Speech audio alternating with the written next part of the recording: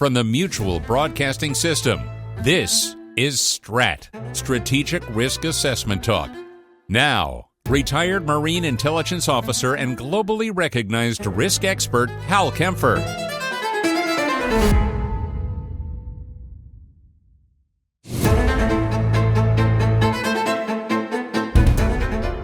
Welcome to STRAT, Strategic Risk Assessment Talk. And now I'm going to talk about what's been happening in the news. It's tough to focus on everything else because of all the things that are happening in the Middle East, certainly with Iran and all the countries in the Middle East going essentially in a state of conflict with Iran. But with that, I'm going to talk about something that's been burbling up.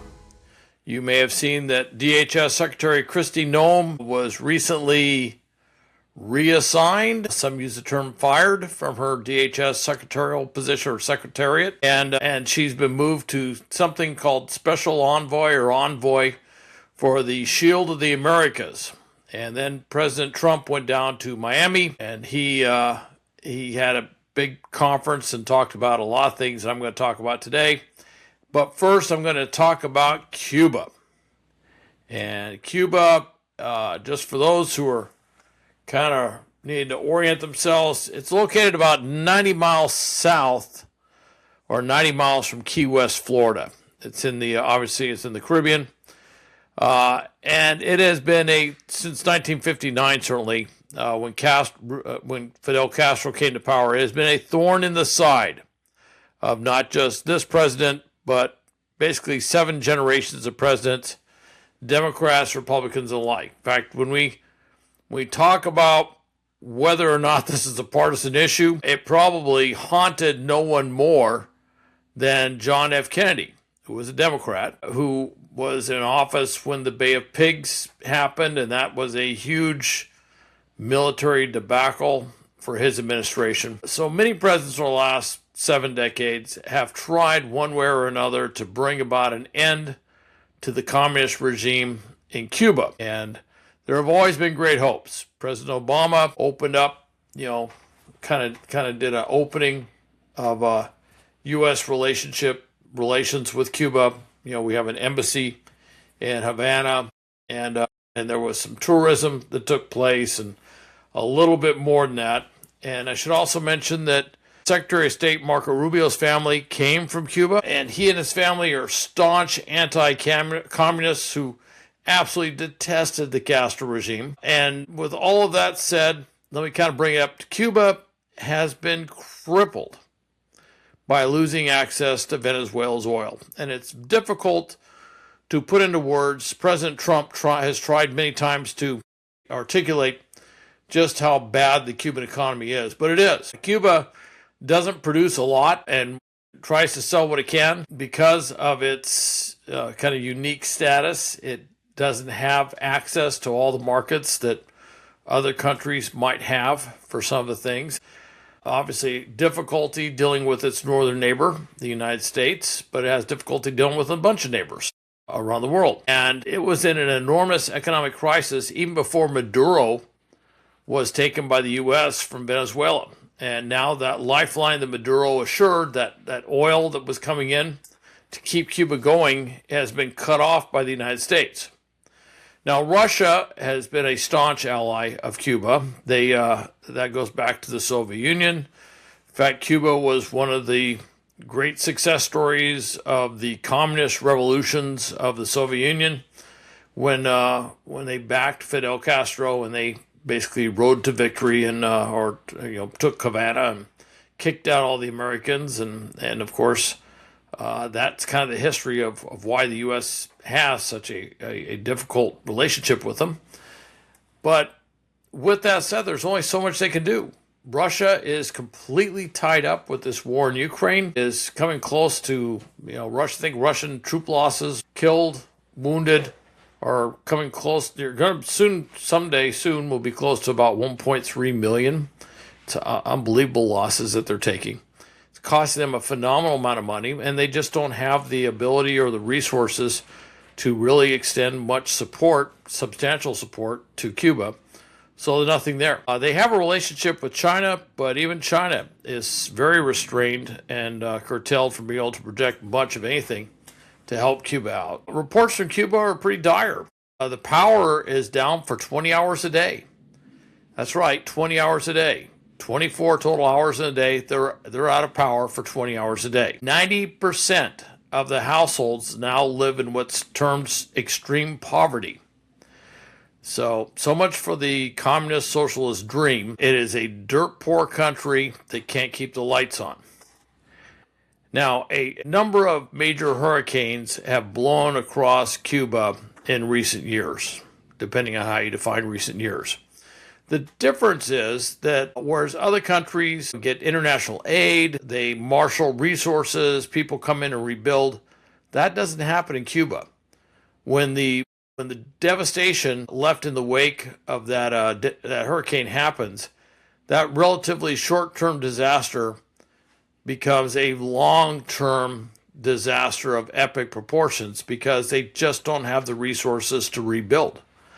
And so in many cases, homes remain permanently damaged. Villages may never be rebuilt. It is just accumulated over time with every new, in many cases, one hurricane will go right over the same path that another hurricane did a few years before. And of course, for the Cuban people, they see a high degree of ineptitude and inability of the government, which is pretty much responsible for everything, to take care of them.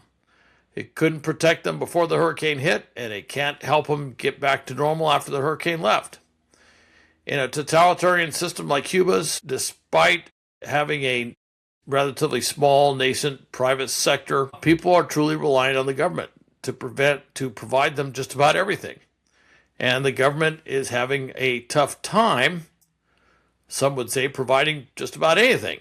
So that's Cuba. So President Trump on Monday, March 9th, revealed that Secretary of State Marco Rubio, I didn't really think it was a secret because I'd kind of heard, I'd seen many reports that we were negotiating with Cuba, or we're trying to negotiate with Cuba, that he has been negotiating with Cuban leaders, and that there may be a major U.S.-Cuba economic agreement that could be announced very soon. And this could ease some of the economic restrictions, but that easing of restrictions won't be without some sort of commensurate things from Cuba, and we'll see what those look like.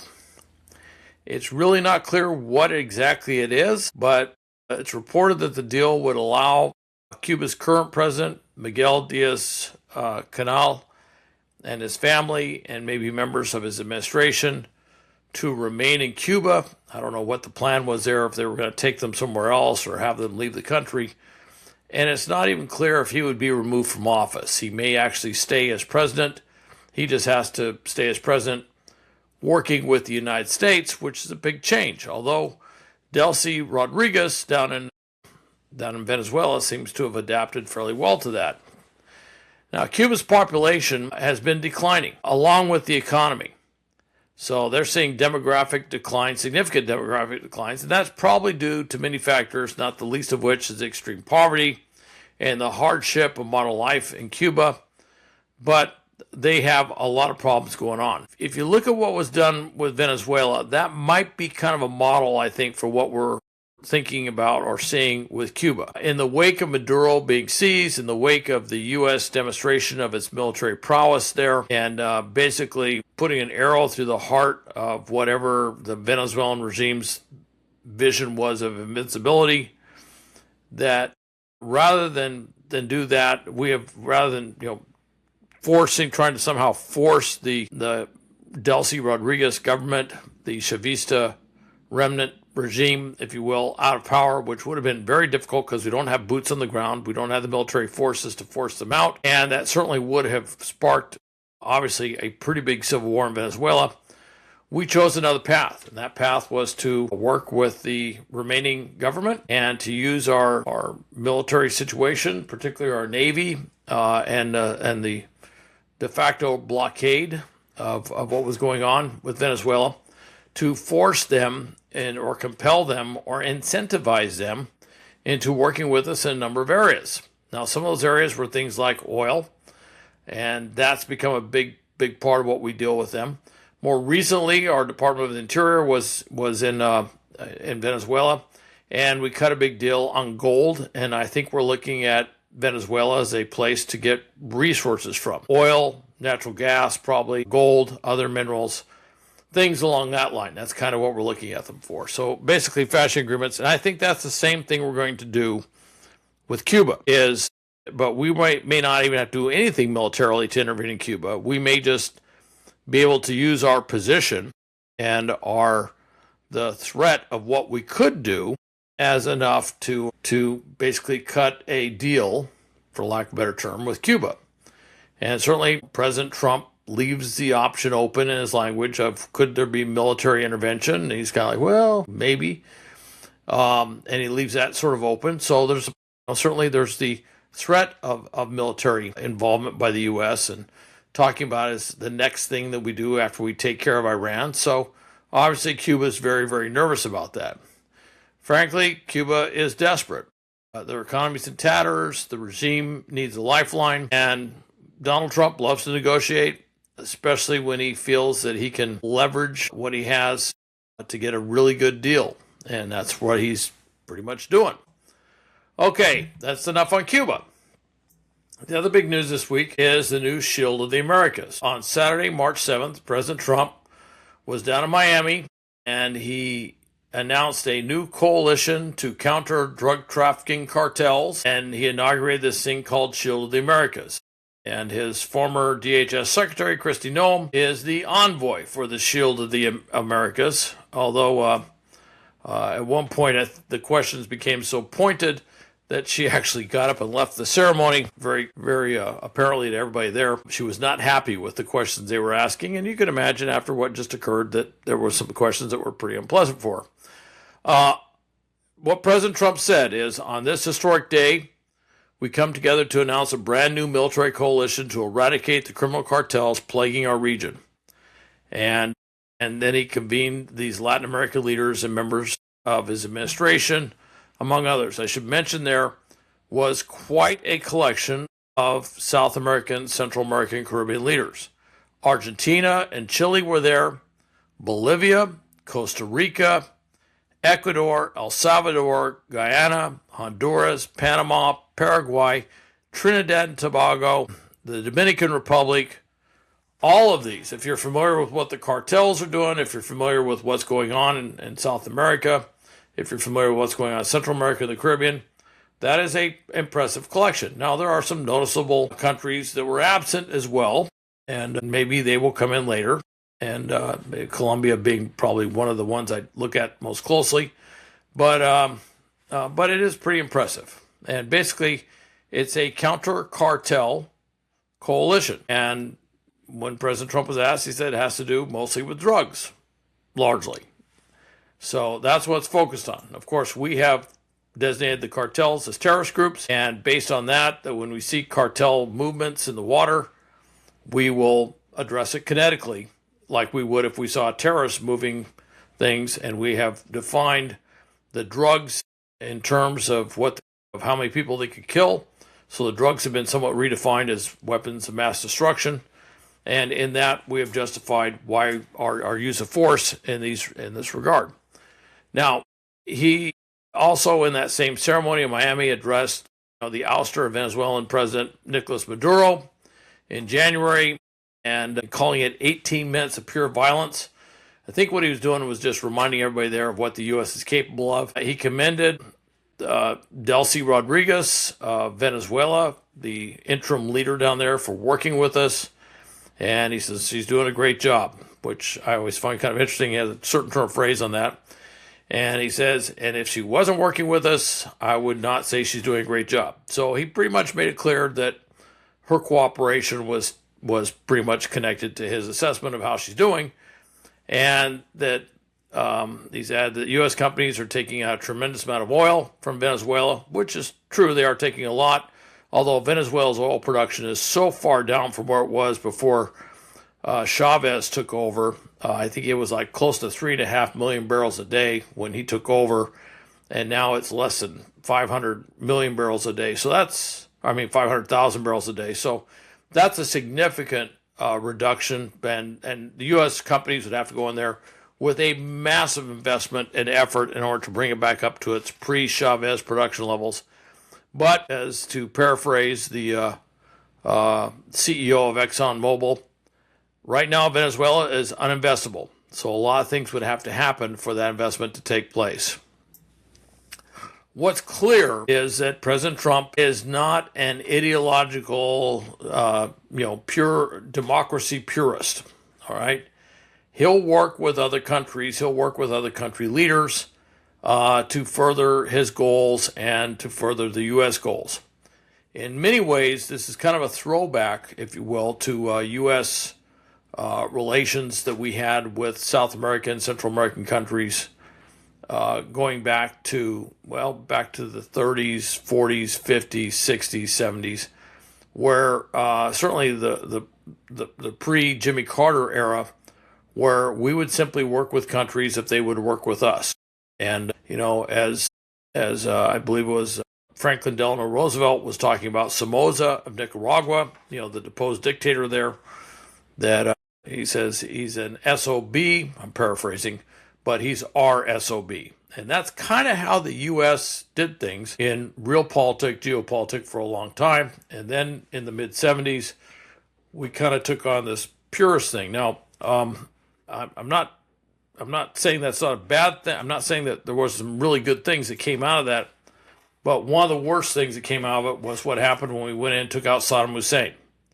And we decided we're going to, de-Baathisize Iraqi society. And we stood down not only the, Republican Guard, but we also stood down the military as a whole. We stood down large chunks of police forces, and we left the country without any public safety institutions. Needless to say, the country swiftly devolved into anarchy, which then festered into a insurgency movement that we had to deal with for the next 2+ decades, dealing with that. And that's the aftermath of trying to do what probably at the time, if you were to sit there and you were having coffee in some coffee house in Washington, D.C. and said, we need to get rid of these evil Baathists because they're really bad, and we did. Well, that's the effects of that. And I would point out the Nazis were extremely bad, but Patton took a little bit of heat because when he went in and was basically overseeing a large chunk of German territory at the end of World War II, he put some folks back in charge of running things that used to be Nazis. And basically his thinking was, yeah, but they know how to make the trains run on time, in so many words. And so that was his thing. Doesn't take away from how horrific the Nazis were, but he was very practical. He said, look, keep the country going. Keep the socio-economic system intact. Otherwise, if you don't have it intact, it can open up far worse consequences, would be kind of the thinking there. So that seems to be some of the thinking that permeates why we're working with some of these leaders that we, in any other way, wouldn't be particularly positive about working with in any other way. So anyway, we're going after these drug cartels. Not to oversimplify it, but Donald Trump definitely projects overt machismo, something that would resonate in a lot of Latin American countries. So I think that kind of helps them feel a little bit of confidence in working with them, because there's something there culturally that kind of resonates with what they see, what they perceive as a trait of strength, and they don't see the U.S. doing what we've kind of done in the past. We declare a war on drugs, but we never really put all the resources and efforts into it that one would expect of a genuine war. And at times, our war on drugs, diverts into programs with demand reduction. No matter how, good those demand reduction programs are, again, in a Latin American context, it's like, that's great, you're addressing this problem, but I'm just not seeing it. So if I'm a Latin American leader and I want to take great political risk by aligning myself with the U.S. too strongly or very strongly on this issue, I would be a little reticent in past administrations to do so, because I wasn't quite sure if they, quote, had my back. And in this case, I think what they see with this administration is that they're serious. I mean, they're looking at the U.S. using kinetic strike missions to blow up narco cartel trafficking go-fast boats and semi-submersibles in the water. That's just something we just never did before. And so to some, I think they see that as a measure of commitment. All right. Now, I'd also remind folks that we not only have the oil coming out of Venezuela, but we just cut a deal with our Secretary of Interior down in Caracas, where we're going to get a lot of gold and other, potentially beyond that, other types of mineral wealth that comes from Venezuela. And also, don't forget, what took place in the first half of the year and is still kind of finishing up. Well, basically took place over 2025 with Panama. And we threatened to militarily retake the Panama Canal Zone. And this ended up with Panama, going up through all the way through the Supreme Court to boot out the Hong Kong-based company that owned two huge port complexes on each end of the canal, and turning that over to a U.S.-involved Western ownership of these port complexes. And it's just amazing to see this transition took place. At the end of the day, by doing what the U.S. asked them to do, there was no military invasion or anything like that in Panama. They worked out a deal. If you look at China as our near-peer competitor, if you look at China as the great threat to the United States, and you start seeing what we're doing in, obviously, Latin America and the Western Hemisphere, look at kind of what we're doing with Iran, a lot of things will come into focus. A lot of things in the Cold War, which in the microcosm of the U.S.